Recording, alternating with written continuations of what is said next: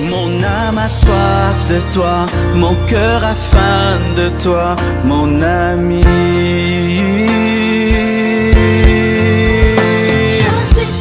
Je suis triste, je meurs, mon ami.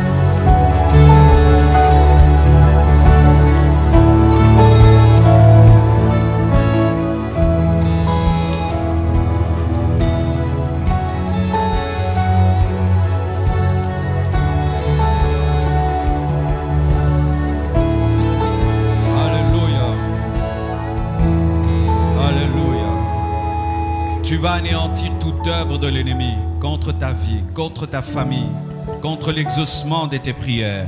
Prions au nom de Jésus-Christ de Nazareth. Alléluia.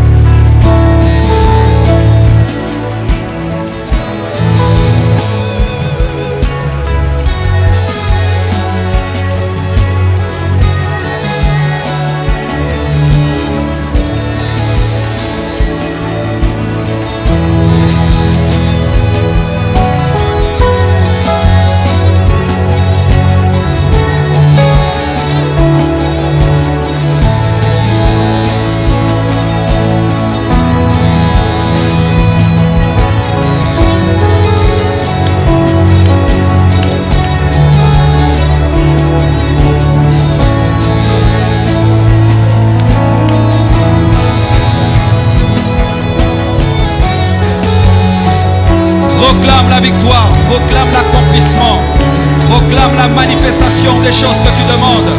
Déclare que tu vas le voir, tu vas le vivre, tu vas l'accomplir. Proclame que Dieu est avec toi. Alléluia.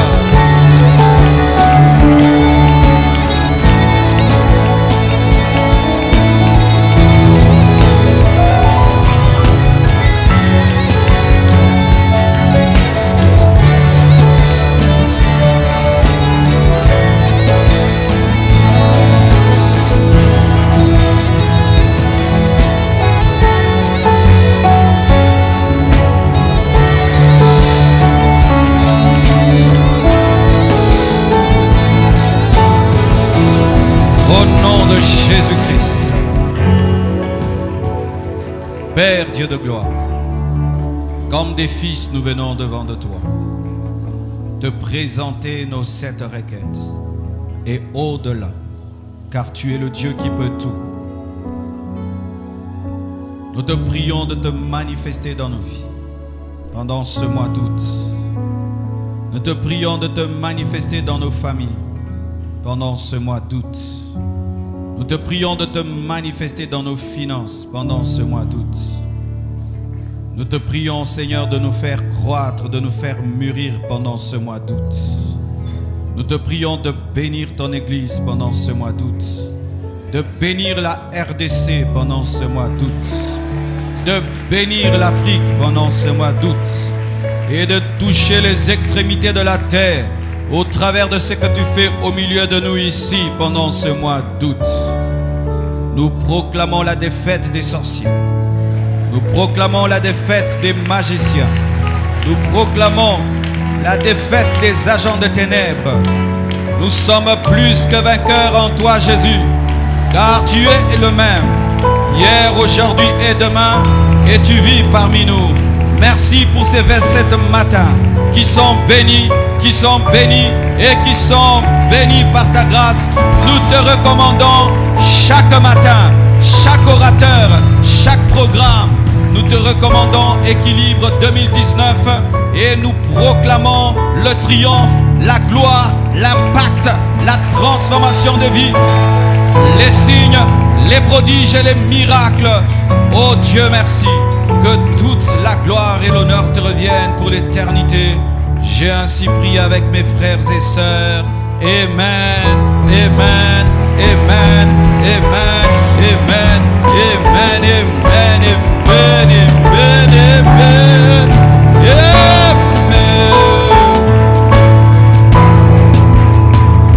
Oh, gloire à toi, Père.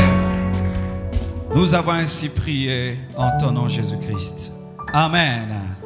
Acclame le roi des rois très très fort. Plus fort que ça, je ne te sens pas. Pousse des cris de joie.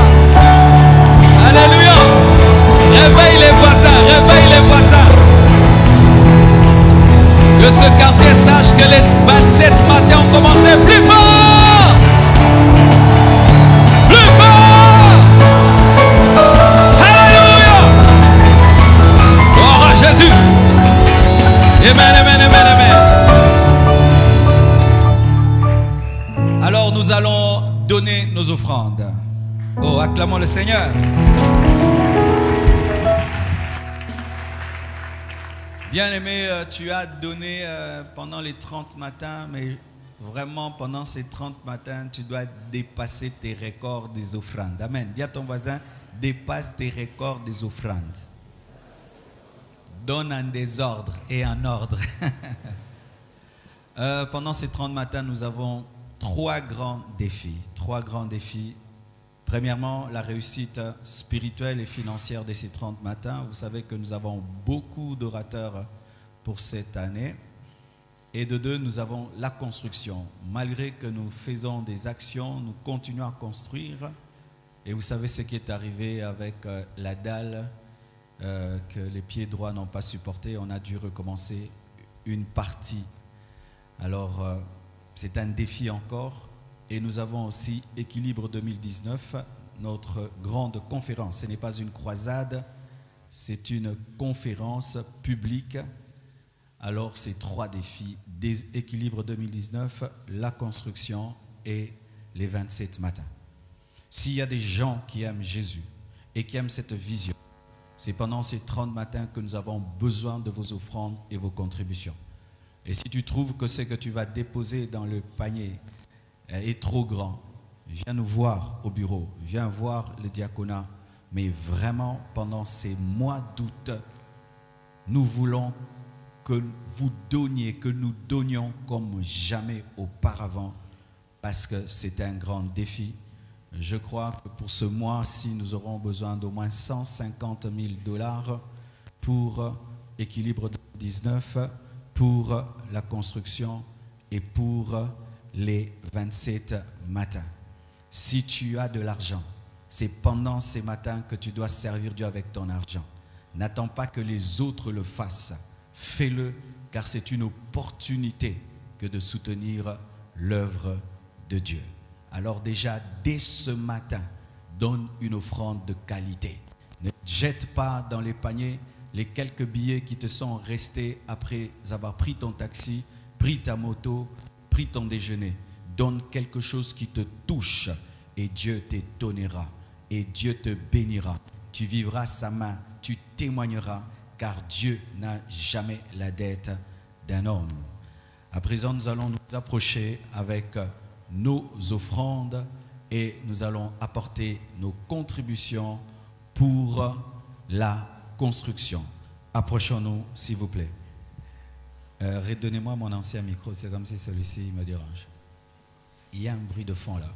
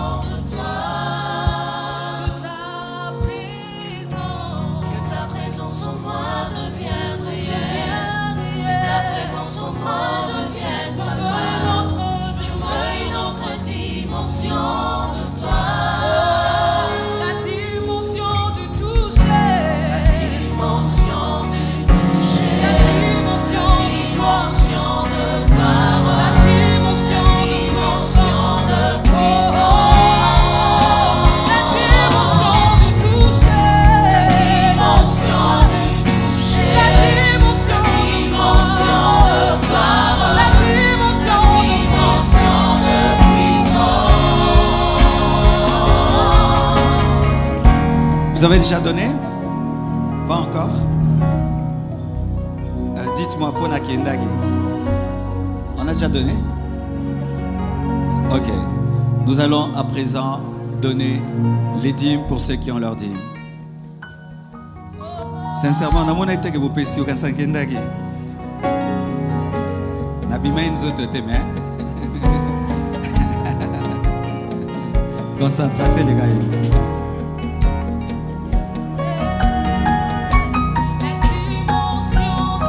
Tu as ta dîme, tu peux la déposer.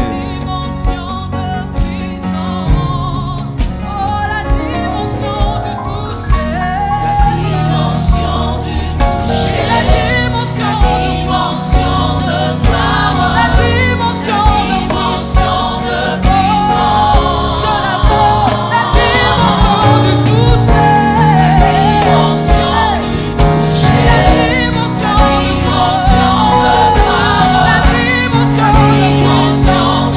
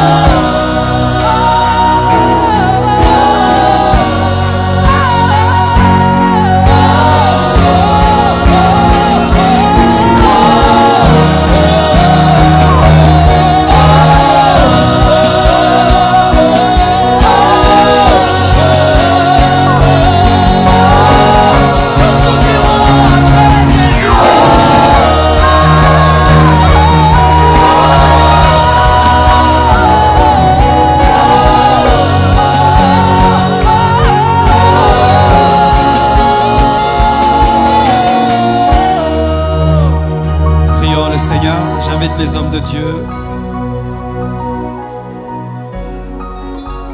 Chacun de nous va présenter sa main droite. Je crois que Dieu peut enrichir un homme. Je crois que Dieu peut ouvrir les portes. Je crois que Dieu peut te connecter. Je crois que Dieu peut te donner des idées en or. Je crois que Dieu peut prendre un pauvre et en faire un riche. Père éternel, Dieu de gloire, bénis tes enfants. Bénis ces premières offrandes. Bénis ces premières contributions pour la construction. Bénis ces premières dîmes de ces 27 matins. Je prie que tu bénisses ton peuple. Je prie que tu enrichisses ton église. Je prie, Père éternel, que tu donnes la provision de la vision. Je prie que des miracles financiers aient lieu au milieu de nous et que ton peuple devienne puissant financièrement. Soyez bénis dans vos finances au nom de Jésus-Christ. Que ces offrandes, ces contributions et dîmes soient sanctifiées. Amen. Dis, je suis béni. Amen. Merci beaucoup. Oh, que Dieu bénisse la chorale.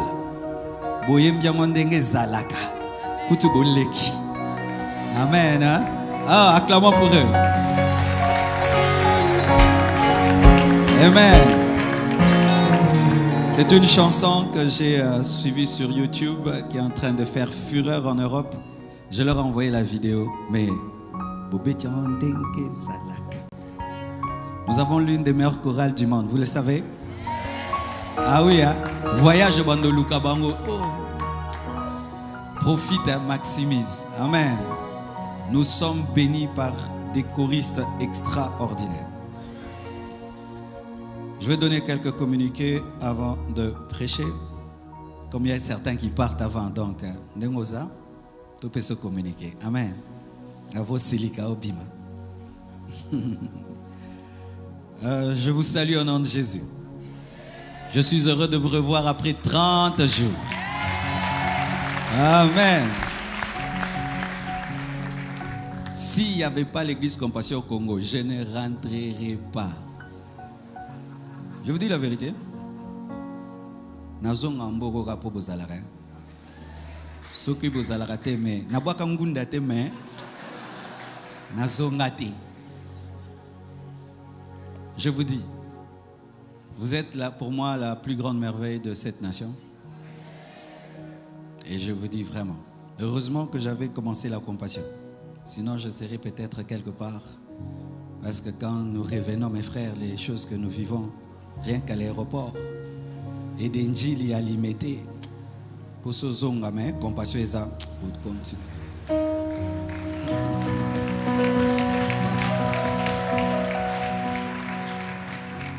Et je me rends compte que je suis tombé amoureux de vous. Ouais, vous faites partie des amours de ma vie.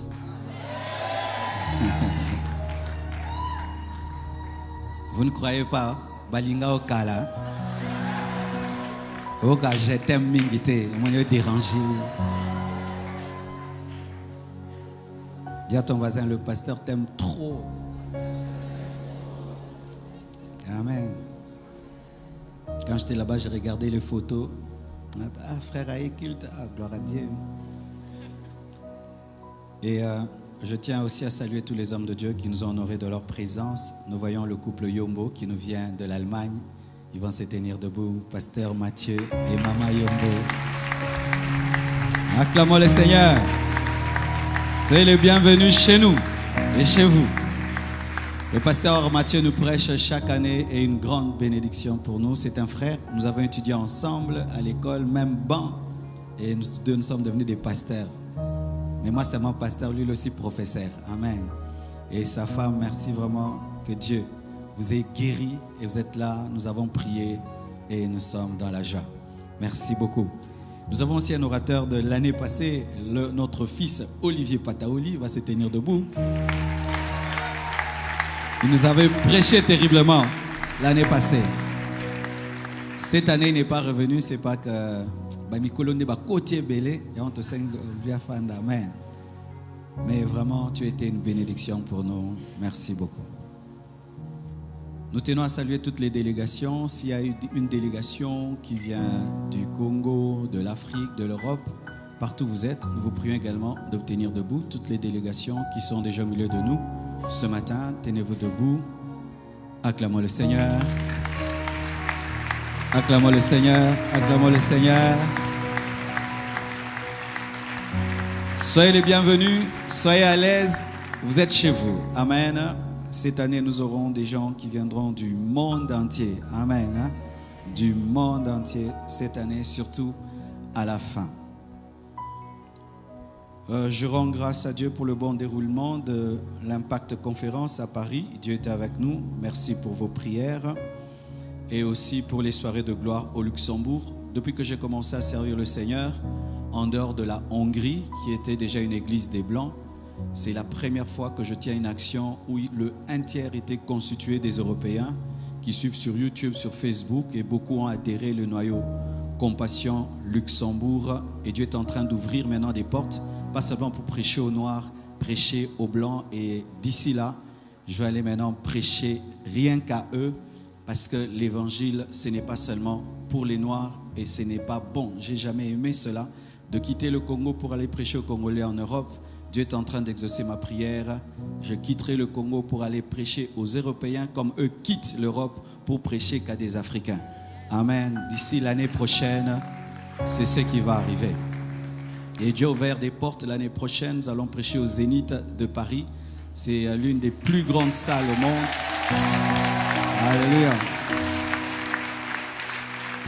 Ce sera le 4 janvier 2020. Donc, priez pour cela. Dieu est en train d'ouvrir les portes comme pas possible. Après ces temps-là, j'ai pris 2 semaines de vacances. J'étais KO, debout. Il fallait que je me repose. Et je suis rentré hier. C'était hier ou avant-hier? Hier? Avant-hier, Maman Blanche arrive et les enfants dans 10 jours. Amen. Jamais.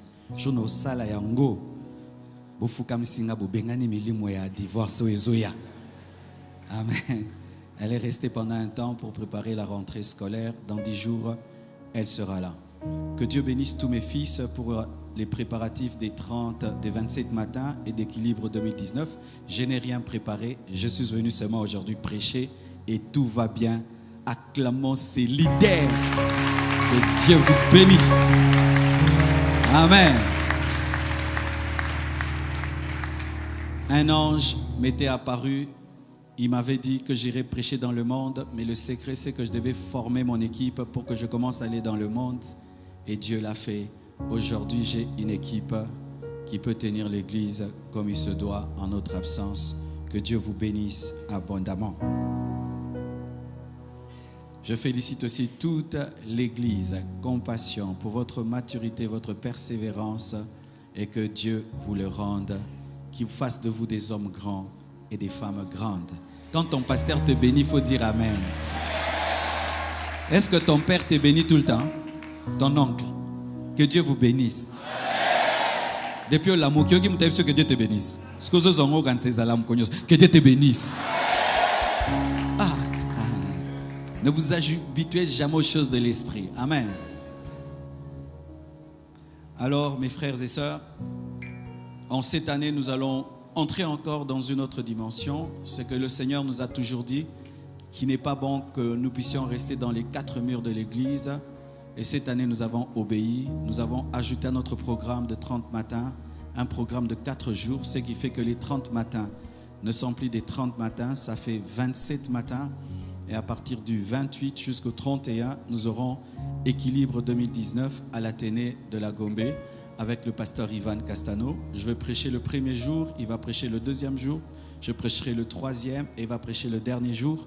Et il a demandé aussi si on peut lui accorder le temps de parler aux ouvriers, aux serviteurs de Dieu, aux ministres de Dieu. Donc nous aurons un matin, soit ici, soit à l'église Parole du Salut, où il va parler à tous les ouvriers de l'église le matin. Donc c'est cela le programme pour cette année. Nous acclamons le Seigneur. Nous allons nous disposer pour écouter la parole du Seigneur. Nous allons chanter encore une dimension de gloire. Prie pour ton cœur. Prie au nom de Jésus.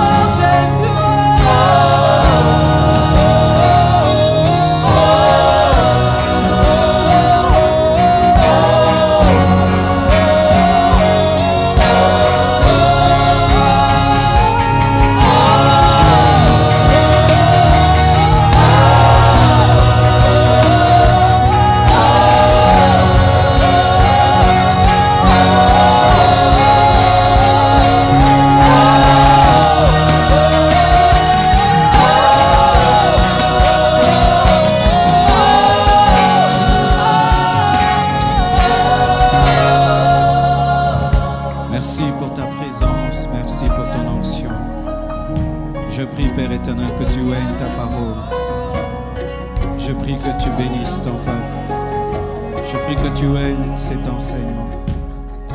Transforme les vies, bouleverse les vies.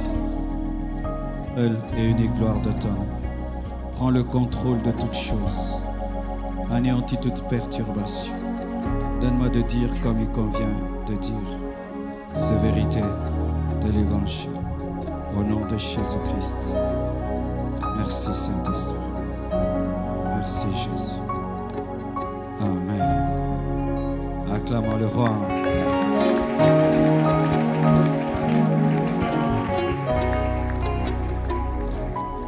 Nous allons nous tenir debout, nous allons lire notre passage de base de ces 27 matins dans le livre des Galates 4, du premier verset au 9e verset.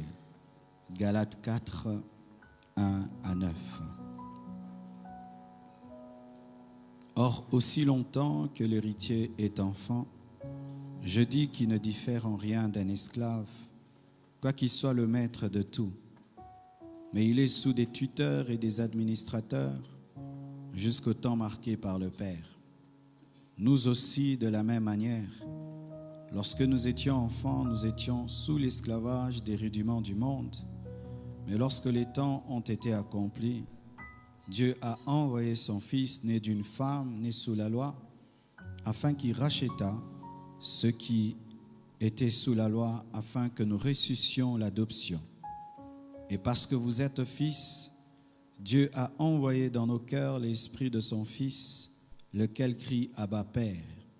Ainsi, tu n'es plus esclave, mais fils, et si tu es fils, tu es aussi héritier par la grâce de Dieu. Autrefois, ne connaissant pas Dieu, vous serviez des dieux qui ne le sont pas de leur nature. Mais à présent que vous avez connu Dieu, ou plutôt que vous avez été connus de Dieu, comment retournerez-vous à ces faibles et pauvres rudiments auxquels de nouveau vous voulez vous asservir encore? Que Dieu bénisse sa parole. Dis à ton voisin de gauche, mûrir en Christ pour hériter. Celui de droite, celui de devant, celui de derrière, seulement à celui qui est mûr. Amen. Aujourd'hui, je vais introduire ce grand thème et nous allons approfondir avec le temps. Moi et d'autres orateurs, nous serons une vingtaine. Je te prie de commencer aujourd'hui et de te battre pour aller jusqu'au bout. Et si tu rates une session, de suivre sur Internet, sur Facebook ou sur YouTube. Ce passage est l'un des passages les plus cités dans les églises, les plus lus dans les églises. Et souvent, nous nous arrêtons au premier verset. Or, aussi longtemps que l'héritier est enfant, je dis qu'il ne diffère en rien d'un esclave, quoique qu'il soit le maître de tout.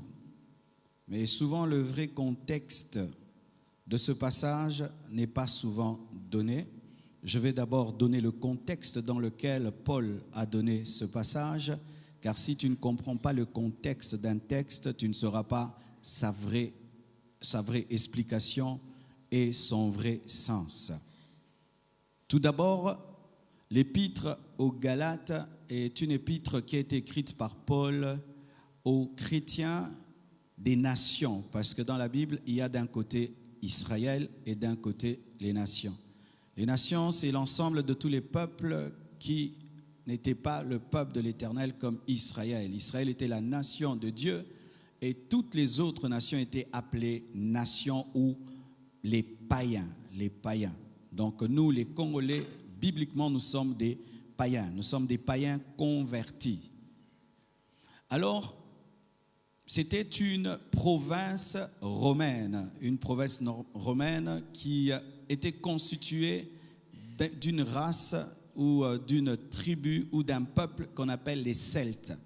Et lorsque les Romains ont commencé à dominer la terre, ils ont pris cette province comme étant la leur et on appelait cela la Galatie. Alors, par le ministère de Paul, ces païens celtes et romains se sont convertis à Christ, abandonnant leurs idoles, abandonnant leur mauvaise vie. Et ils avaient grandi en esprit.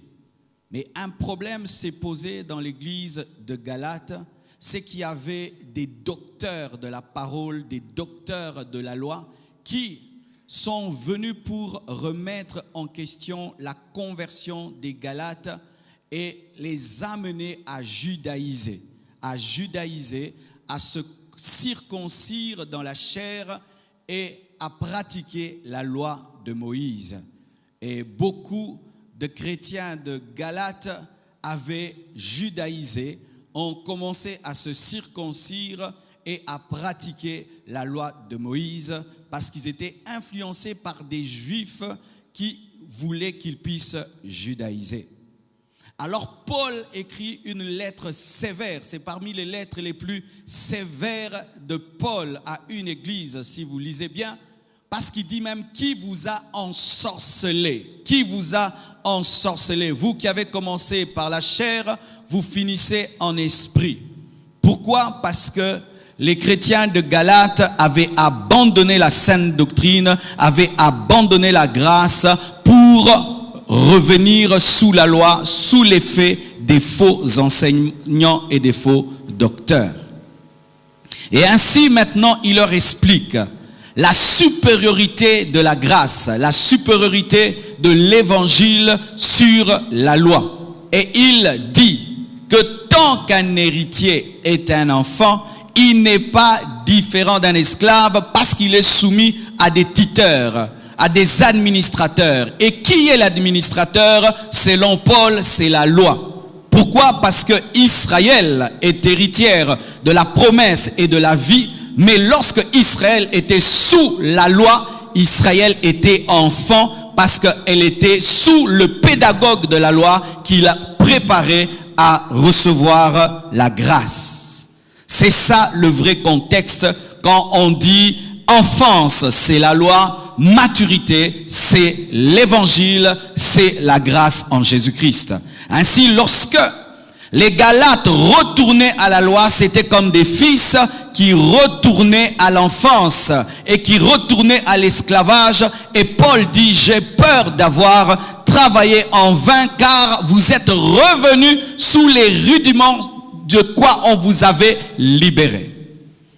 Mes frères et sœurs, cette lettre de Paul est toujours d'actualité aujourd'hui car l'Église en ce temps de la fin est comme l'Église de Galates qui est en train de judaïser sous l'emprise des complexes d'infériorité. De plus en plus, il y a des chrétiens qui quittent la grâce, qui quittent l'évangile pour revenir sous la loi de Moïse. Et c'est vrai, les gens aujourd'hui ne se font pas circoncire dans la chair, mais nous recommençons à pratiquer des choses qui étaient l'ombre alors que nous sommes déjà dans la réalité. Nous sommes des fils qui commençons à désirer la bouillie du bébé, comme des fois un enfant de 40 ans peut désirer le cérélac d'un bébé parce que c'est bon et parce que ça sent bien. Qu'est-ce que je veux dire, mes frères? Ce message n'est pas que pour nous, il est pour tout le monde. Que ce soit nous, hommes de Dieu, que ce soit nous, enfants de Dieu. Chaque fois que l'Église judaïse, c'est comme un fils qui devient enfant et qui devient esclave, car la loi était un pédagogue qui ne pouvait sauver, car la loi, malgré qu'elle est là pour veiller sur l'enfant, ne sauve pas l'enfant, mais garde l'enfant sous l'esclavage, car la loi n'a sauvé aucun juif. Aujourd'hui, lorsque les chrétiens rentrent en Israël pour prier, sachez que nous sommes en train de revenir en arrière. Lorsque les chrétiens prétendent que prier en Israël est plus spirituel que prier dans la chambre, c'est rentrer sous le pédagogue qui fait de nous des enfants. Lorsque les chrétiens prient devant la muraille de lamentation, c'est rentrer sous les pédagogues alors que le pédagogue nous a déjà présenté le Fils pour que nous soyons des fils. Lorsque l'Église rentre dans des pratiques qui sont des ombres, nous rentrons sous le pédagogue. Mes frères et sœurs, écoutez ceci. Les Galates ne sont pas rentrés sous le pédagogue par hasard. Ils ont été persuadés par des docteurs. Et aujourd'hui, il y a des docteurs de la parole, spécialistes en judaïsme. Ils sont forts dans l'évangile et forts dans le judaïsme et sont capables de te ramener à des prières qui ne sont pas bibliques. La connaissance séduit, mes frères. Ces hommes maîtrisent l'hébreu. Ils maîtrisent l'araméen, ils maîtrisent toutes les coutumes juives. Ils ont une connaissance plus élevée que toi. Mais ce n'est pas parce que quelqu'un a une connaissance supérieure à toi qu'il connaît Jésus-Christ plus que toi. Il a une caboche remplie, mais il a un cœur qui est vide. Car comment peux-tu revenir sous le pédagogue alors que tu as eu la présentation du Messie? Des gens qui rentrent en Israël pour se faire rebaptiser. Des gens qui achètent de l'huile en Israël pour vendre et disent qu'il y a plus de puissance parce que ça vient d'Israël. Des gens qui viennent avec des eaux du Jourdain et même prétendre qu'un chrétien qui n'est jamais allé en Israël a raté une grande expérience. Ça, ce sont des bêtises. Des bêtises, mes frères. C'était ça, le vrai contexte. Jamais Israël ne pouvait entrer dans la vie éternelle tout en étant sous la loi. Il fallait que Christ vienne pour qu'ils entrent dans la vie. Mais les Juifs ramenaient les païens qui s'étaient convertis à se soumettre à une loi qui ne les avait pas sauvés. La loi ne les a pas sauvés, mais ils imposaient cela. Que les hommes se circoncisent dans leur chair. Alors qu'aujourd'hui, la vraie circoncision, c'est la circoncision du cœur. Tu n'as pas besoin d'être circoncis. Aujourd'hui, la circoncision, c'est seulement pour l'esthétique et pour éviter les microbes. Mais ce n'est pas par rapport à une spiritualité. Car que tu sois circoncis et incirconcis, physiquement, tu rentreras au ciel si tu as cru en Jésus. Mais eux disaient aux Galates de se circoncire, car en ce temps-là, les nations païennes ne pratiquaient pas la circoncision. Ce complexe, de plus en plus, les chrétiens commencent à l'avoir face aux Juifs. Mes frères, c'est vrai, les Juifs sont la nation de Dieu. Mais eux, mes frères et sœurs, ils sont le sable au bord de la mer et nous sommes les étoiles du ciel. Eux, ils sont la postérité de la terre. Nous sommes la postérité céleste.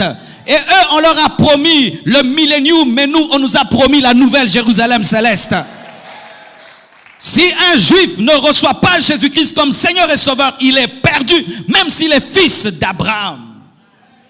Mon frère, tu dois l'entendre et le savoir. Peut-être que maintenant tu ne trouves pas important ce que je te dis. Mais le jour que tu rencontreras un enseignant de la parole, le jour que tu rencontreras quelqu'un qui t'enseignera à judaïser, souviens-toi de ce message.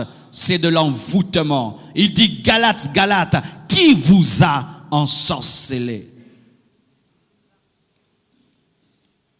Mais cette parole est tellement large qu'elle nous enseigne tellement de choses.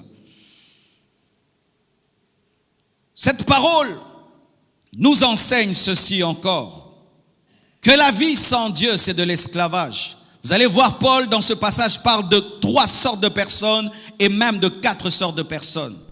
Il parle de l'esclave, il parle de l'enfant, il parle du fils, mais il parle aussi d'un fils qui est redevenu esclave du rétrograde. Et cela révèle les étapes de la maturité. Au départ, nous sommes des esclaves. Et chacun de nous a été esclave. Esclave de beaucoup de choses, esclave de peu de choses, mais esclave car tout homme naît esclave. Si spirituellement il fallait donner une image de l'homme, l'homme naît lié. L'homme naît enchaîné, l'homme naît dans une prison. Tel est l'état de l'homme. Depuis la chute de l'homme, nous naissons prisonniers, nous naissons liés, nous naissons avec le mal en nous. Et certains même naissent avec des démons en eux, avec des maladies en eux. Nous naissons ainsi, esclaves liés. Ça, c'est la première partie de la vie. Que tu sois bon, que tu sois bien éduqué, que tu sois intellectuel, si tu n'as pas donné ta vie à Jésus-Christ, tu es né lié, tu es né prisonnier. Et nous naissons ainsi. Et plus nous prenons le temps de donner nos vies à Jésus-Christ, cette prison s'intensifie, ces liens s'intensifient, ces chaînes s'intensifient et le mal qui est en nous se révèle davantage jusqu'à ce qu'un homme soit capable de tuer un autre, de pratiquer l'occultisme, la sorcellerie, l'adultère et tout le reste. Mais c'est cette chaîne qui est en nous dès le départ. Mes frères et sœurs, il n'y a pas de bons païens. Tout païen est enchaîné. Il n'y a pas de bons prisonniers et de mauvais prisonniers. Tout prisonnier est un prisonnier. Si tu n'as pas donné ta vie à Jésus-Christ et que tu es venu ce matin prier et prier, sache que la priorité de ta vie, ce n'est pas la prière, ce n'est pas l'exaucement. La priorité de ta vie, c'est de sortir de ton esclavage, de sortir de tes liens, de sortir de ta servitude. Et alors tu prieras. Car il y a des choses qui n'arrivent jamais lorsqu'on est esclave. Tu demandes le mariage, mais tu es en prison. Donc la femme qui va t'épouser sera une prisonnière, car celui qui épouse un prisonnier doit habiter la prison. C'est ce que des fois qui est drôle dans les assemblées. Les gens viennent à l'église et demandent à Dieu le mariage. Un prisonnier qui demande le mariage. Qui va accepter de vivre avec un prisonnier en prison? Car sachez que lorsque vous épousez des païens, vous épousez des prisonniers. Et tu deviendras champion en visite en prison. Alléluia. Tu iras souvent le visiter lorsqu'il rentre ivre du bar. Tu iras le retirer chez la deuxième femme. Tu auras beaucoup de visites en prison. Lorsque tu épouses un homme qui est sur le lit de l'hôpital en urgence, et tu l'épouses, tu auras beaucoup de tours à l'hôpital. Et un païen est un malade. Un païen est un malade. Même si tu es parfumé, même si tu es bien habillé, un païen est un malade. Un malade parfumé. Un malade parfumé. C'est pourquoi tu fais des choses comme un fou. Tu fais des choses comme un fou. Tu fais des choses comme un fou. Où on dit, mais où était ton intelligence? C'est un fou. Il est malade. Il est dans un CNPP spirituel. Mais c'est le premier pas. Tout le monde a commencé là. Même moi, j'ai commencé là. Amen. Hein? Parce que des fois, nous oublions d'où nous sommes venus. C'est pourquoi nous méprisons les païens, alors que nous avons été comme eux. C'est pourquoi Paul rappelle cela à l'église, car l'oubli de qui nous avons été empêche d'évangéliser. J'ai été un esclave dans ma vie, esclave de beaucoup de choses, mes frères, esclave de beaucoup de choses, Et je ne dois jamais me présenter à vous comme si je suis venu du ciel. Non, j'ai été esclave, esclave de beaucoup de choses. Savoir que tu es esclave et que tu es libre te donne la foi que les autres aussi peuvent être libérés. Et j'aimerais te dire à toi qui est en train de lutter par rapport à quelque chose, il est possible d'être libéré. Libéré de l'impudicité, libéré de la mode, libéré de toutes ces choses démoniaques qui peuvent te lier, de la musique mondaine, libéré des femmes, libéré de la masturbation, libéré de l'occultisme, de la magie. Tu peux être libéré, car nous aussi, nous étions esclaves de certaines choses. De certaines choses, mes frères. Et tout le monde commence là. Certains enseignent que l'homme naît enfant de Dieu. Une fois, je pose la question à quelqu'un, quand est-ce que tu es devenu chrétien? Il dit, j'ai toujours été chrétien. Oh, quand? Oh, depuis mon enfance. Jamais. Jamais, mon frère. Tu es sorti homme animal du sein de ta mère et nous devenons enfants de Dieu. On ne naît pas enfant de Dieu. Amen. Hein? Oh non, j'ai toujours été un bébé gentil, un bébé gentil. Les bons ne vont pas au ciel. Ce sont les gens justifiés qui vont au ciel. Oh, moi je suis bon, j'ai toujours été bon, Ah oui, tu as toujours été bon, mais tes pensées sont impures. Tu es rempli de convoitise. Aucun païen ne peut me dire que des fois il n'a pas des choses bizarres en lui. Même si ça ne se voit pas, tu es des fois un tombeau blanchi. Alléluia. Oui, car certains païens aussi des fois donnent des raisons. Je suis meilleur que les chrétiens. Oui, ce n'est pas parce que tu es un chien qui donne des fois sa viande que tu es devenu un humain. Ce n'est pas parce que le chien donne la patte qu'il a commencé à saluer comme un homme. Répands-toi, convertis-toi. Comment tu peux savoir que cela t'est arrivé? Tu le sauras parce qu'une expérience va t'arriver. Le jour, mon frère, que tu es né de nouveau, tu le sais. On le sait toujours. Si tu ne sais pas dire quand est-ce que tu es né de nouveau, tu n'es jamais né de nouveau. Chacun de nous ici sait quand est-ce qu'il s'est marié. Et naître de nouveau, c'est entrer dans le mariage avec Jésus. Comment tu peux connaître le jour de ton mariage, mais tu ne connais pas le jour où tu as rencontré l'époux des époux? Tu n'es pas encore né de nouveau. Tu es dans une supposition de conversion. Quiconque l'a rencontré peut témoigner ce qui lui est arrivé. Les jours que tu rencontres un lion, tu le raconteras partout. Paul a rencontré Jésus-Christ sur le chemin de Damas et il a écrit cela. Il en parle. Pourquoi? Tu ne peux jamais l'oublier. Mais si tu ne le sais pas, cela ne t'est pas encore arrivé. Oh, comment tu es devenu chrétien? On m'avait invité à l'église, j'ai commencé à venir, et puis j'ai commencé à venir, et puis j'ai commencé à venir, et puis j'ai commencé à venir, et puis j'ai commencé à venir, et puis j'ai commencé à venir. Toi, tu as reçu venir comme Seigneur et Sauveur. Venir. Rassure-toi, toi qu'on a invité à la compassion, que tu as fini par donner ta vie à Jésus-Christ. Rassure-toi, toi qui sers à l'église, qu'un jour tu l'as donné ta vie, parce que tu peux être pris par la religion et tu penses que tu es né de nouveau. Ah oui, posez-vous la question, Jésus, je l'ai reçu quand? Quand est-ce qu'il a bouleversé ma vie? Quand est-ce que ce miracle de nouvelle naissance a eu lieu? Car la maturité commence par la naissance. Un enfant qui n'est pas né ne peut croître.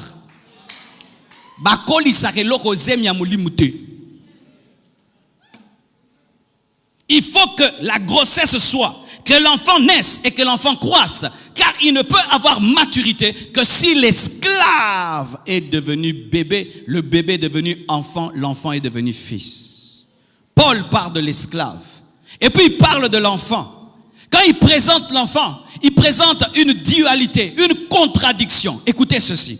Tant que l'héritier est un enfant, il ne diffère en rien d'un esclave. Oh, ça c'est bizarre, mes frères.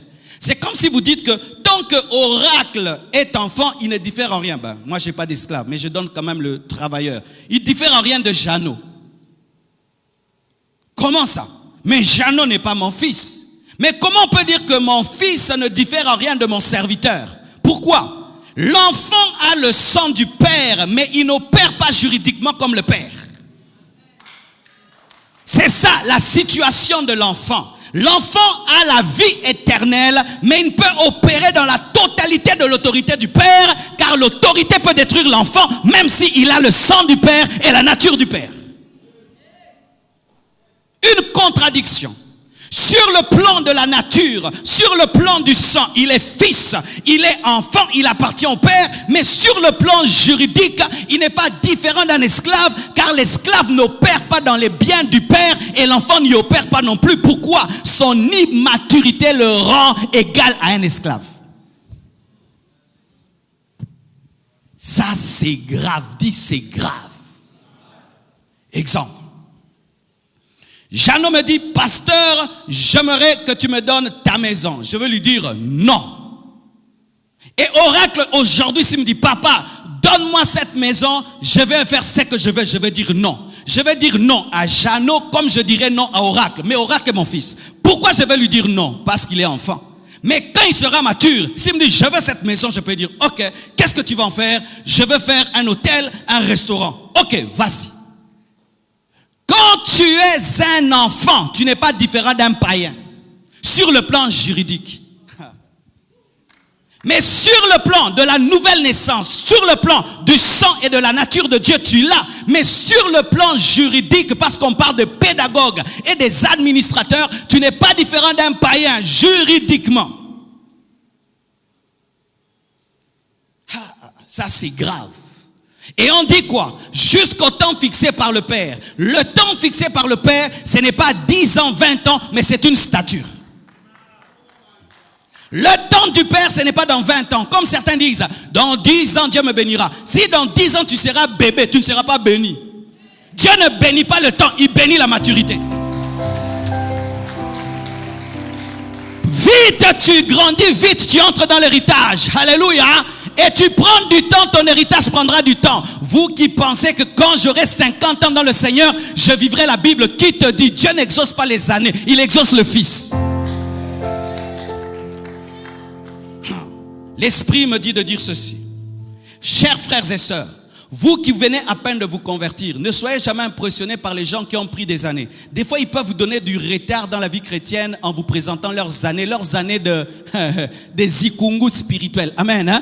Leurs années où ils n'ont pas grandi en Dieu et ils disent que moi, Dieu a agi dans 30 ans, dans 40 ans. Mais ce n'est pas que Dieu l'a brisé. Il était tellement zikungus spirituel que Dieu a tardé de le bénir. Il va te dire, toi aussi, Dieu le fera dans 40 ans. Alors que toi, Dieu peut le faire dans 2 ans, dans 1 année, parce que toi, tu es capable en 1 année de quitter la dimension d'un enfant et d'opérer dans la dimension d'un fils. Grandis et tu entreras. Grandis et tu entreras. Ainsi, si le fils, si l'enfant commence à se battre avec l'administrateur, donne-moi les choses de mon père, donne-moi les choses de mon père, il va te dire, je n'ai pas de problème avec toi. Ton problème, c'est que ton père a dit que lorsque tu auras 18 ans, tu auras. Grandis et tu auras. Grandis et tu auras. Grandis et tu auras. Grandis et tu opéreras. Grandis et tu domineras. Grandis et tu contrôleras. Grandis et tu opéreras. Grandis et tu auras. Et certaines choses, tu ne les demanderas pas, elles viendront vers toi. Il y a des héritiers, ils sont au fin fond du village là-bas. Leur père meurt à Kinshasa. On va les chercher. Tu sais, ton père est mort. Il a laissé $1 milliard et il entre dans son héritage. Pourquoi? Il était mature. Lorsque tu grandis, il y a des choses que tu ne chercheras pas qui viendront vers toi. La bénédiction viendra vers toi. Les dimensions viendront vers toi parce que Dieu te trouve digne de confiance et il te les donnera. Le problème aujourd'hui, c'est que les gens courent vers la bénédiction au lieu de courir vers la maturité. Tous les jours, oracle, à côté de ma voiture. C'est toi, voiture, je vais te conduire. Voiture, je vais te conduire. Voiture, je vais te conduire. Non, ce n'est pas ce que tu dois faire. La voiture n'a aucun problème avec toi. La voiture a un temps. Il est écrit, tu auras cette voiture quand tu seras capable de conduire et d'avoir le permis de conduire. Mais pour avoir le permis de conduire, tu dois avoir plus de 18 ans. Vous cherchez le mariage. Ne cherchez pas le mariage. Grandissez. Car celui qui grandit peut trouver. Et peut être trouvé. Donne-moi la main que je te parle. Tu vois une sœur, tu la trouves belle, tu la trouves extraordinaire. Et quand tu lui demandes son âge, elle a 13 ans. Tu feras quoi? Du coup, mais quand tu la vois, parce qu'il y a des sœurs qui grandissent vite, n'est-ce pas? Tu la vois, elle est là, tout est là, mais rien n'est là. Alors tu viens rapidement, tu dis je t'aime et tout. Pendant que tu causes avec elle, tu la vois en train de jouer avec les lipatés, les trucs. Tu dis, tu as quel âge? Moi, j'ai 13 ans. Tu feras quoi? Tu vas l'épouser? De la même manière, quand ta bénédiction arrive, elle voit que tu es un immature. Elle ne tombe pas sur toi. Ce n'est pas le problème de Dieu, c'est ton problème d'immaturité. D'immaturité. Quel âge spirituel as-tu? Oh, j'ai 50 ans dans la vie chrétienne. Tu peux avoir 50 ans dans les choses de Dieu, tu es un bébé. Oui, mes frères, tu peux durer dans l'église, tu es bébé. Il y a un proverbe africain qui dit qu'un bois peut faire 20 ans dans l'eau, ce n'est pas qu'il deviendra un crocodile.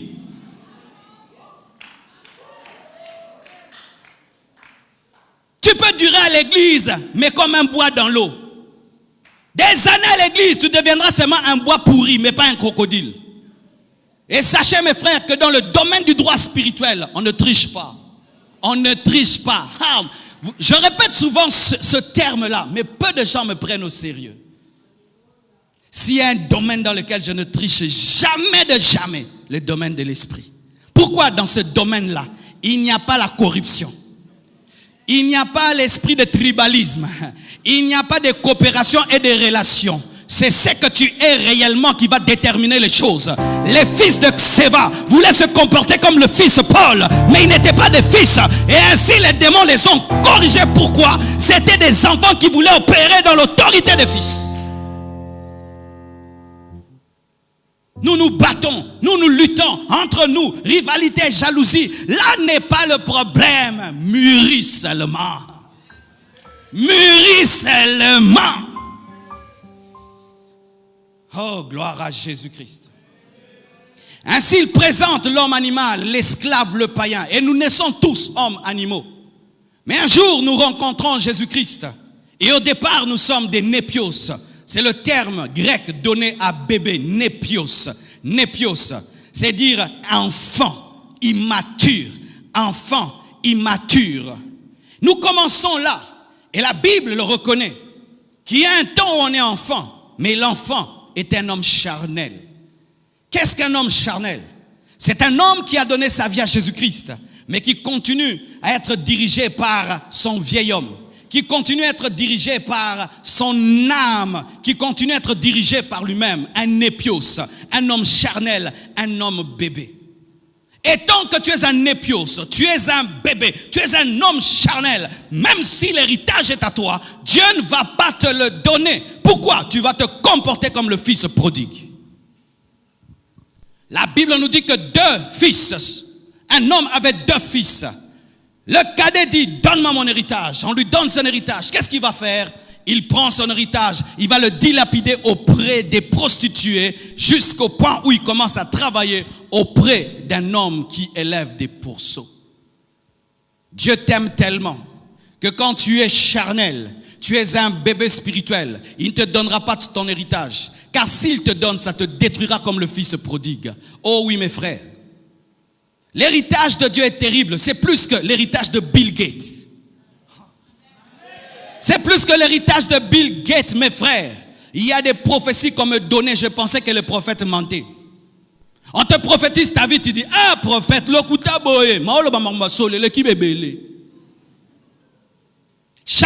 de vous a une grande destinée. Chacun de vous a une grande destinée. Chacun de vous a une grande destinée. Chacun de vous a une grande destinée. Lorsque tu es Pierre en train de pêcher les poissons, tu ne peux jamais imaginer qu'un jour tu vas écrire des épîtres. Lorsque tu es Pierre, tu es en train de pêcher les poissons, tu ne peux jamais imaginer que tu prêcheras et 3000 personnes se convertiront. Lorsque tu es Pierre en train de pêcher les poissons, tu ne peux jamais imaginer qu'un jour tu marcheras sur l'eau. Lorsque tu es Pierre en train de pêcher les poissons, tu ne peux imaginer qu'un jour le feu descendra sur ta tête. Lorsque tu es Pierre en train de pêcher les poissons, tu ne peux imaginer la destinée qui t'attend. Mais Jésus, la connaissant, tant que tu es Simon, il ne te donne pas. Car Simon, c'est le bébé. Simon ne peut diriger l'église. Simon ne peut prêcher le jour de la Pentecôte. Simon ne peut faire marcher les paralytiques. Simon ne peut guérir avec son ombre. C'est trop pour un Simon. Il faut qu'il devienne Pierre. Et Pierre, c'est le fils.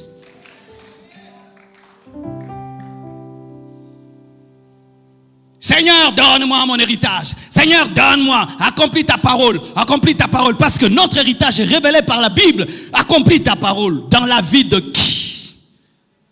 D'un népios, d'un bébé, d'un homme charnel qui va finir comme Salomon. Salomon était un bébé spirituel qui est devenu roi. Oh, sa sagesse. La sagesse de Salomon ne venait pas de la maturité, venait d'un don. La Bible ne dit pas que Salomon avait étudié, puis il est devenu sage. Il a demandé, Dieu lui a donné. Donc, ce n'était pas une sagesse venue de l'expérience, de la sagesse. Différemment de David. Oh oui? Comment quelqu'un qui peut avoir une telle sagesse peut battre les records des femmes? Comment quelqu'un qui a une telle sagesse peut adorer le diable? Comment? Parce que c'était un don. Faites attention de la connaissance par les dons. Faites attention de connaître les choses par l'esprit, mais votre caractère n'a pas été touché. Faites attention. Il avait un don. Dieu lui a béni, lui a donné la sagesse. C'est-à-dire, il était bête. Quand Dieu lui a donné, il est devenu intelligent. Bongoto, bongoté.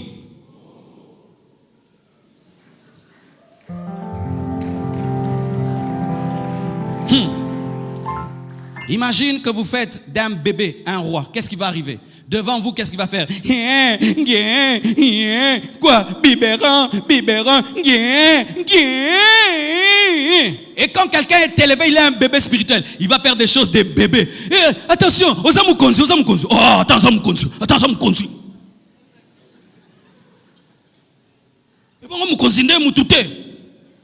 Bébé. Que voulez-vous? Lorsque vous voulez les choses, regardez-vous. Est-ce que tu es mature pour cette dimension? Est-ce que tu es mature pour ce niveau-là? Est-ce que tu es mature pour gérer 10 000 $ par mois? Est-ce que tu es mature pour gérer 1 million de dollars par mois? Est-ce que tu es mature pour voyager dans le monde entier dans des hôtels 5 étoiles sans ta femme? Servi par des Antillaises. Yo pengwa te, yo pengwa, yo bambana, yo bambana, yo bambana, yo rolala, yo rolala.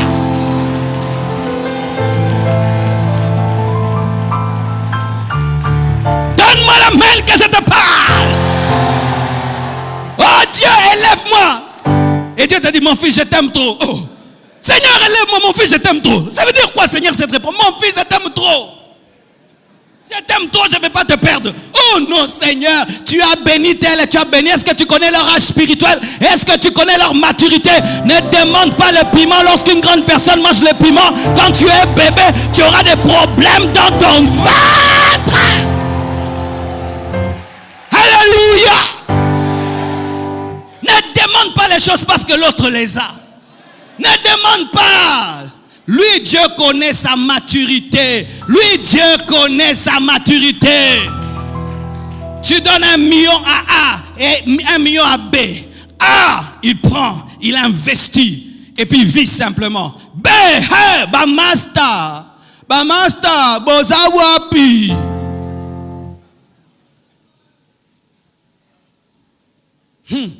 Tu dis non, pasteur, pas moi. Mais il t'a déjà testé. Un jour, il t'a donné 1 000 $. Tu as fait quoi? Tu as acheté une chaussure.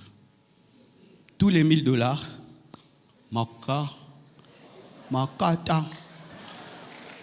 Un autre, au fond là-bas, il demande 1 000 $, Dieu lui donne 1 000 $. Il a commencé une boutique. Et puis aujourd'hui, il a engagé 2 personnes, 3 personnes, 4 personnes. Et puis demain, il va dire, Dieu, donne-moi 10 000. Dieu lui donne 10 000. Toi, tu demandes 1 000. Encore 10 000, il ne te donne pas. Tu lui as donné 10 000, donne-moi aussi. Il a été mature, toi tu étais immature. Frères et sœurs, c'est rare que l'homme souvent se tienne devant Dieu et dise, Seigneur, je suis un bébé. Seigneur, je suis un enfant. Tu vas te rendre compte que rarement tu fais cette prière-là. Nous tous nous disons, nous sommes dignes, alors que ce n'est pas vrai. C'est vrai que tu as le sang, c'est vrai que tu as la nature, mais est-ce que juridiquement tu peux entrer dans ces choses? Il y a des avocats qui sont ici. Il y a des biens qui appartiennent à beaucoup d'enfants dans ce monde, mais ils n'entrent pas dans ces choses parce que ce sont des immatures. Des immatures. Ton plus grand combat n'est pas le diable, c'est l'immaturité qui t'empêche de le chasser. Ton plus grand problème, ce n'est pas le sorcier. Ton plus grand problème, ce n'est pas le démon. Amen. Hein? Ton plus grand problème, ce n'est pas le diable, ce n'est pas le démon. Ton plus grand problème, c'est ton immaturité qui permet au diable de rester là. Quand même tu le chasses, il dit, je reviendrai. Son immaturité m'invitera encore. Un immature dit tout à tout le monde. Prends de l'argent et montre à ton enfant. Et quand il va sortir, il va dire à tout le quartier, papa a beaucoup d'argent. C'est où? C'est dans sa chambre. Et puis la nuit, on te tue. C'est pourquoi tu pries que Dieu te révèle les choses cachées. Dieu ne te révèle jamais. Pourquoi il va te révéler? Parce que s'il te révèle les choses cachées, on te détruira. Tu seras comme un Joseph qui dit à ses frères qu'il sera plus grand, alors qu'on ne dit pas tout aux gens. Seigneur, élève-moi. Dieu va t'élever. Il va te placer à côté des autorités, des hommes grands qui te révéleront leurs secrets. Mais comme tu parles comme un enfant, tu vas aller dire le secret du chef à tout le monde et tu finis en prison. Dieu t'aime beaucoup, c'est pourquoi tu ne fréquenteras jamais les hommes grands. Le jour que tu grandiras, tu deviendras le conseiller du président. Tu deviendras un ministre, tu deviendras, parce que Dieu est sûr que tu pourras garder. Dieu aime tellement ta femme qu'il ne te donnera jamais un grand travail. Tu dois rester célibataire, plutôt tu dois rester pauvre pour être tout le temps à la maison, pour lui dire chérie je t'aime. Parce qu'il sait que le jour que toi tu auras l'argent, cette femme-là,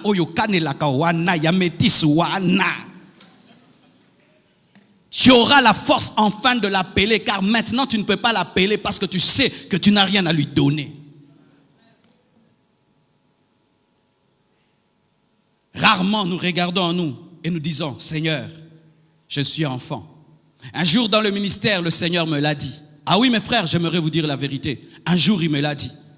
C'était le temps où j'étais en train de casser les gens comme pas possible, même en citant leur nom. Vous connaissez ces temps-là? Qui connaît ce pasteur Marcelo là? C'est terrible. C'est-à-dire, je prêchais et je citais, si j'entends telle chose, je casse, je casse. Et moi je trouvais, je suis Michée, le prophète Michée. Et un jour le Seigneur me dit, je ne te lèverai pas. Oh, je dis pourquoi? Parce que tu dis la vérité sans sagesse. Tant que tu seras ce genre de prédicateur, je ne te donnerai pas les médias, je ne te donnerai pas les extrémités de la terre, parce que tu iras continuer ces choses dans le monde entier. C'est quand j'ai commencé à faire l'effort, et je vous dis, j'ai fait l'effort jusqu'aujourd'hui. Amen, hein?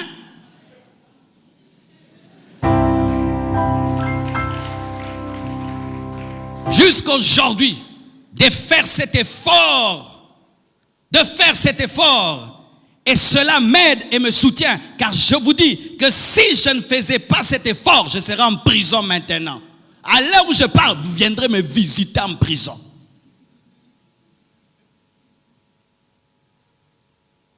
Est-ce que c'était le problème du diable, des démons?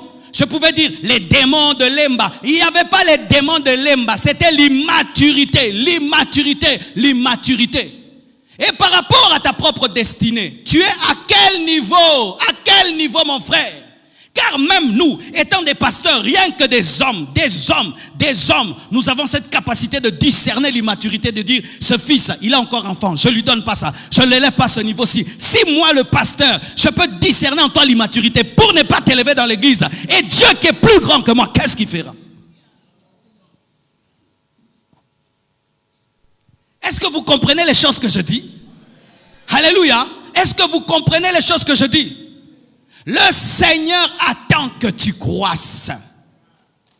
Mais que tu ne croisses pas seulement, que tu mûrisses, parce qu'il y a une différence entre la croissance et la maturité. Vous savez cela. Croître, c'est avancer vers la maturité. Mais mûrir, c'est atteindre la perfection. Un fruit peut mûrir, mais pas totalement.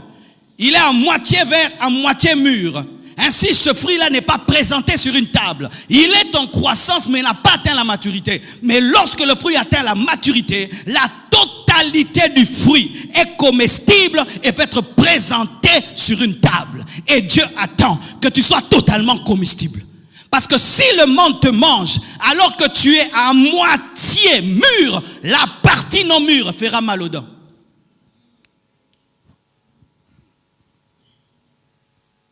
C'est lorsque un domaine de ta vie a mûri, mais l'autre domaine n'a pas mûri. Tu as mûri dans la prière, tu as mûri dans la sainteté, mais tu n'as pas mûri en matière de parler, en matière de répondre aux gens, en matière de secrets, en matière de discipline.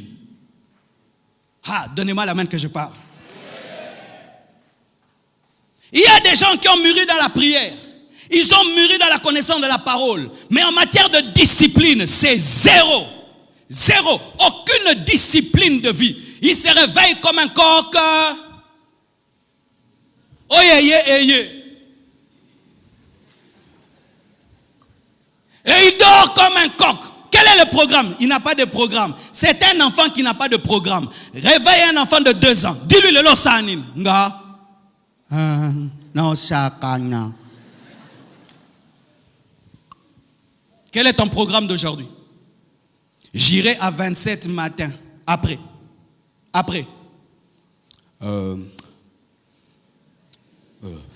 27 matin. Communion fraternelle. Après communion fraternelle. Azongi palais. Après, tu vas faire quoi? Nalali. Après, je regarde la télé. Après, WhatsApp, Facebook, YouTube. Après, je mange.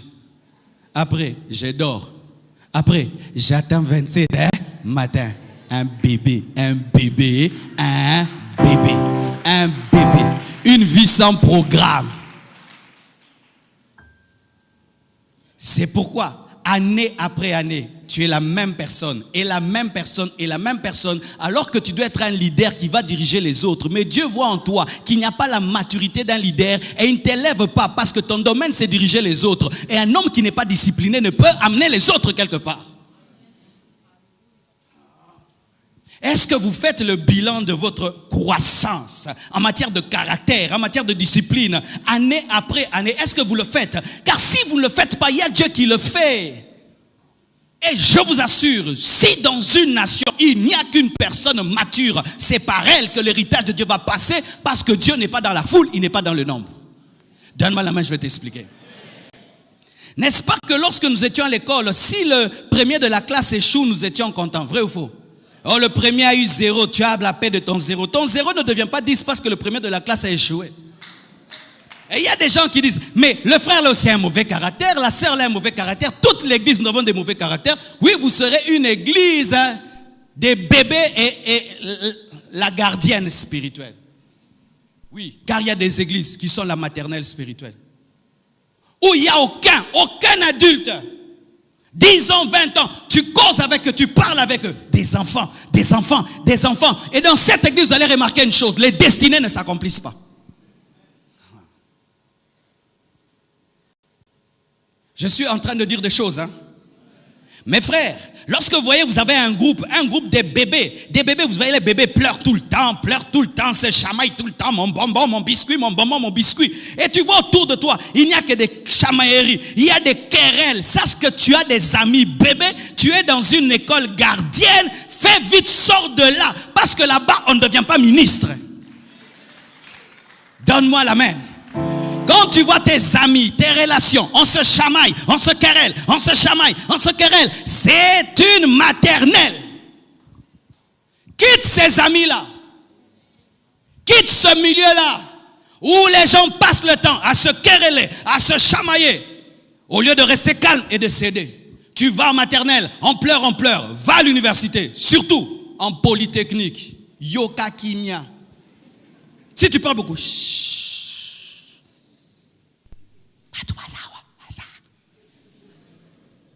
et quand ces personnes sortent, ministre de ceci, ministre de cela, as-tu de telles relations où quand vous causez, il y a un tel calme? Qu'est-ce que vous causez?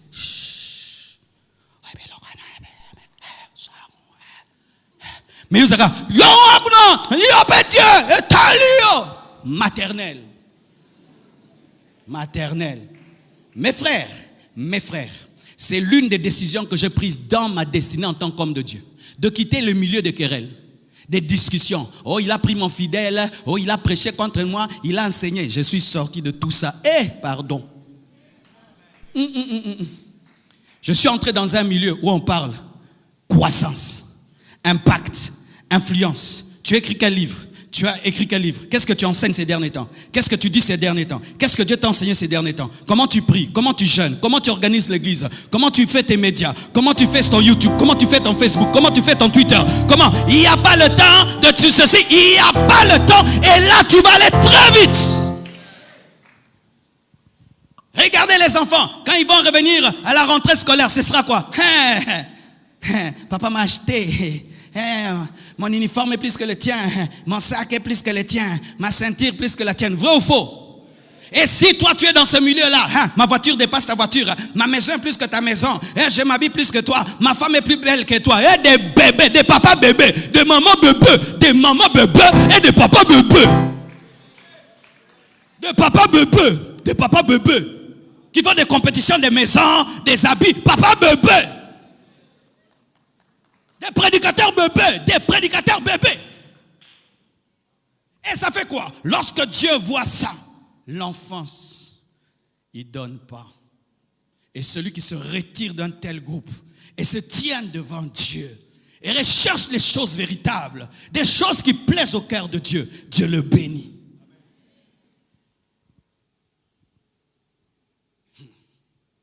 Tant que l'héritier est un enfant, il ne diffère en rien d'un esclave. Et la Bible ajoute ceci. Vous qui êtes fils, car vous avez reçu l'esprit du Fils, alléluia, le Saint-Esprit en nous et l'esprit du Fils qui nous rend fils. Le Saint-Esprit en nous et l'esprit du Fils qui nous rend fils. Lorsque tu te convertis, tu reçois le Saint-Esprit qui ne vient pas te garder népios, qui ne vient pas te garder bébé, mais qui vient pour t'aider à devenir fils, parce qu'il n'est pas l'esprit de l'enfant, il est l'esprit du fils. L'Esprit Saint est un esprit de maturité. Tu ne peux pas avoir le Saint-Esprit et rester un bébé spirituel, car son rôle en toi est de t'amener à appeler le Père Papa. L'Esprit Saint en toi, c'est le coach de la maturité. Le problème, c'est que les chrétiens n'écoutent pas beaucoup le coach de la maturité. N'entendent pas les conseils du coach de la maturité. Ne prennent pas le temps avec le coach de la maturité.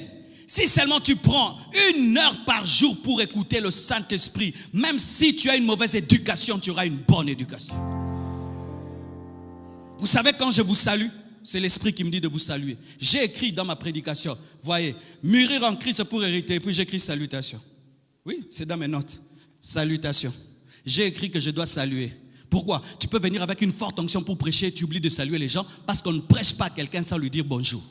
Ça, c'est le Saint-Esprit qui m'a appris qu'on salue les gens avant de les prêcher. L'éducation du Saint-Esprit. Mais il y a des chrétiens impolis. Chrétien impoli, azalaraté. Qu'est-ce que tu vas me faire? Tu connais ma destinée. Le sang de Jésus-Christ est dans ma vie. J'ai des promesses de Dieu.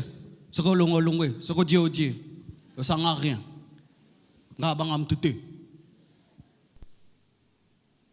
Quelqu'un qui a l'esprit est éduqué par l'esprit. Et l'esprit commence à t'enseigner la maturité et la sagesse. Il te dit, ça, ce n'est pas sage. Ça, ce n'est pas sage. Tu pars quand tu rentres. Il te dit, pourquoi tu lui as dit tout ça? Pourquoi tu lui as révélé tes secrets? Il ne fallait pas le dire, ne le dis plus. Tu pars.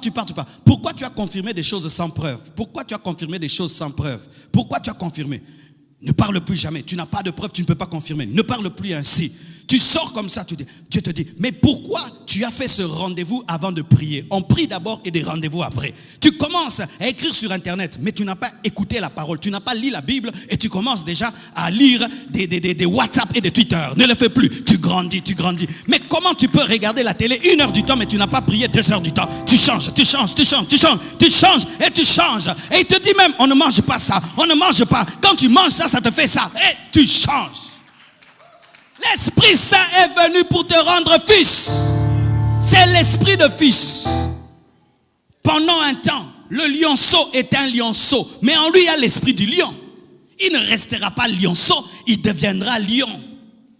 Et l'esprit que vous avez reçu est venu vous faire grandir. Écoutez-le, il va vous amener dans votre destinée, dans votre héritage. Il te placera au pied de Boaz, l'Esprit de Dieu. Il te placera. Alléluia. Il te placera. Il te donnera la maturité pour toucher le cœur d'Éléazar. Voyez cette fille, Rebecca. Elle était enseignée par l'Esprit à une chose, l'hospitalité. L'hospitalité, honorer les étrangers. C'était l'enseignement de l'Esprit dans sa vie. Et un jour, un étranger arrive. Elle reçoit l'étranger avec honneur, selon l'éducation de l'Esprit. Et cet étranger a plus que de l'or à lui donner. Elle a à lui donner un patriarche pour qu'elle devienne l'ancêtre de Jésus. L'Esprit de Dieu peut seulement t'apprendre à saluer les gens avec honneur et respect. Et un jour tu salues quelqu'un. C'était la personne de ta destinée. Mais un enfant de Dieu, peut-être ce jour-là c'est un ange qui est venu te saluer. Car Gabriel a dit, je te salue. Ce qui m'a rendu coup de sabbat. Elle allait voir la grossesse de Jésus. Pour terminer, Paul parle des enfants, et puis il parle des fils, et puis il parle des rétrogrades. Il dit quoi? Lorsque vous retournez au rudiment de la terre, j'ai peur d'avoir travaillé pour rien. C'est lorsque quelqu'un est devenu un fils mature, il entre dans l'héritage, mais séduit par le diable, il rentre à l'étape d'enfant, à l'étape d'un esclave. Oh mes frères, que c'est dommage aujourd'hui. Des hommes qui ont quitté la loi, et qui sont entrés dans l'esprit et sont en train de revenir dans les choses de la loi. Des gens qui ont prêché l'évangile, mais après des années, rentrent dans les choses qu'ils ont condamnées. Des gens qui ont prêché contre l'idolâtrie, mais rentrent avec le temps dans les choses qu'ils ont condamnées. Des hommes qui ont vomi le péché, mais qui après le temps retournent à leurs anciens péchés. Des gens qui avaient abandonné totalement le monde, mais qui progressivement reviennent à leur ancien péché. La Bible dit que tu perdras par ta faute ton héritage. Écoute ceci. Si la maturité te donne l'héritage, perdre la maturité te fait perdre l'héritage. Tu grandis, tu entres dans l'héritage. Tu abandonnes la maturité, tu redeviens esclave, tu perds l'héritage. La Bible dit, tu perdras par ta propre faute ton héritage. Tu grandissais avec Dieu et Dieu a commencé à te donner des choses. Et arrivé à un certain niveau, tu as commencé à régresser pour reprendre l'alcool que tu avais abandonné, l'impudicité que tu avais abandonnée, la loi que tu avais abandonnée. Qu'est-ce qui va t'arriver? Tu perdras aussi ton héritage. Salomon a reçu la sagesse, la gloire et la richesse. Mais lorsqu'il a abandonné, son royaume a été divisé. À vous qui êtes matures, restez matures jusqu'à la fin de votre vie. Ne vous fatiguez jamais d'être mature. Ne vous lassez pas d'être mature. Continuez à être debout jusqu'à la fin de ta vie. Selon Philippiens 3, verset 12, la Bible dit, « Ce n'est pas que j'ai déjà remporté le prix ou que j'ai déjà atteint la perfection, mais je cours pour tâcher de le saisir, puisque moi-même aussi j'ai été saisi par Jésus-Christ. » Que Dieu vous bénisse abondamment.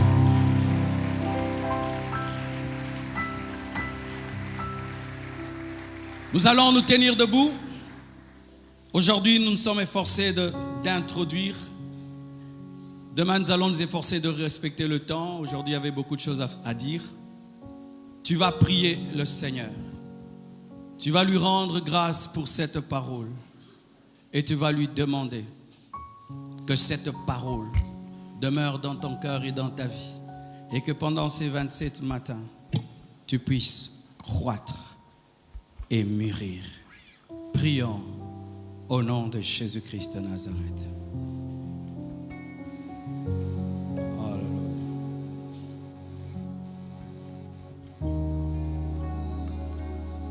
Oh Seigneur. Es-tu esclave?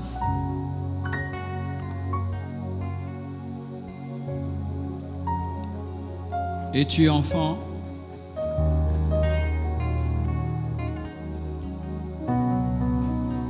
Es-tu fils? Es-tu rétrograde? Ce sont ces 4 questions que tu dois te poser. Es-tu esclave? Es-tu enfant?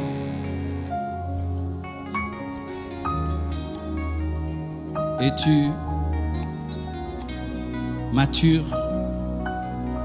Et pour terminer, es-tu rétrograde? Si tu es fils, le Seigneur t'encourage. Il te dit de courir. Si tu es enfant, il te dit de mûrir. Et nous parlerons sur comment mûrir. Comment mûrir. Mais si tu es esclave, il faut que tu te répandes ce matin et que tu donnes ta vie à Jésus-Christ.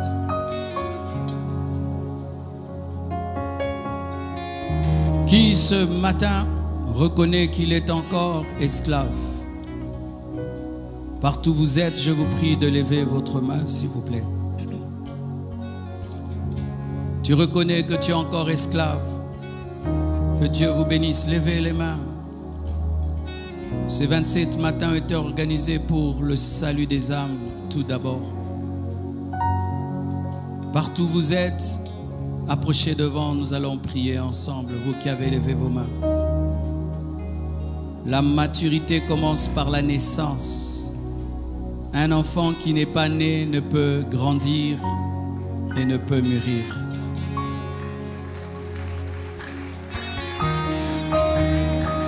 Il y a une grande destinée pour toi. Un grand héritage t'est réservé, mais tu dois naître. Car si tu n'es pas né, comment tu peux hériter? Tu dois naître dans une famille pour être héritier. Et tu dois naître dans la famille de Dieu pour être héritier de Dieu. Approchez-vous, approchez-vous. Aucun homme n'a été créé pour aller en enfer.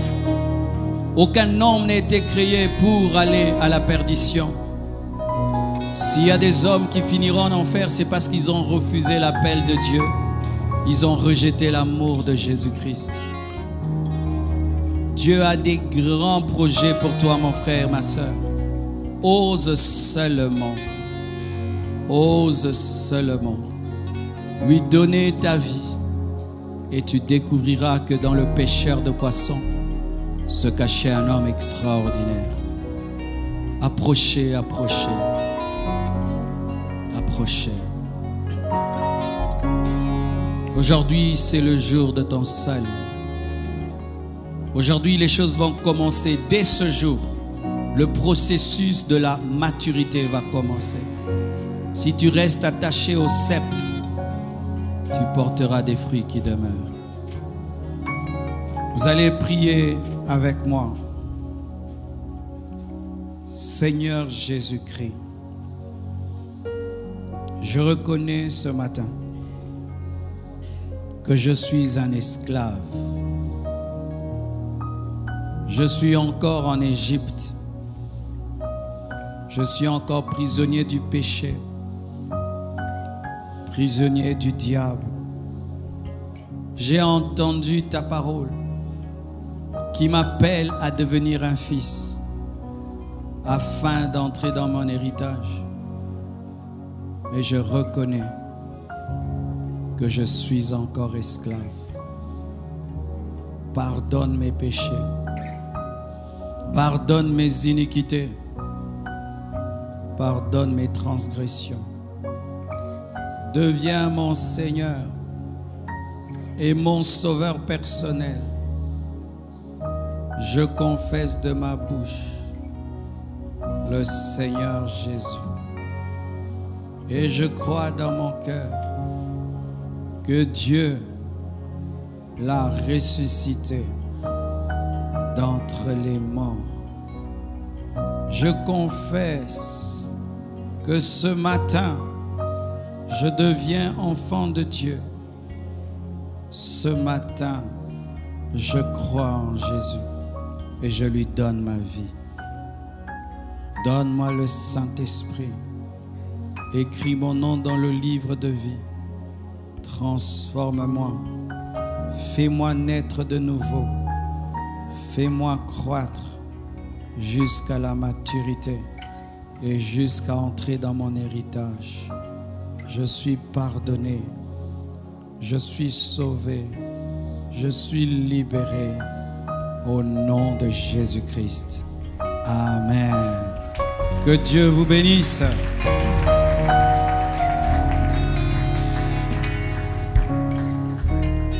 Nous acclamons pour eux très, très, très fort. Il y a une fête au ciel lorsqu'il y a une seule âme qui se convertit. Acclamons le Seigneur.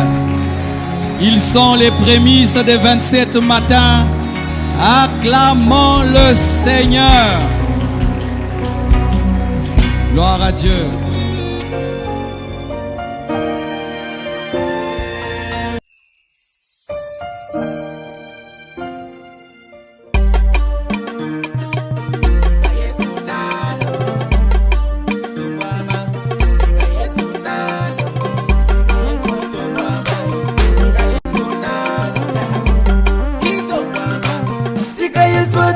Malibela,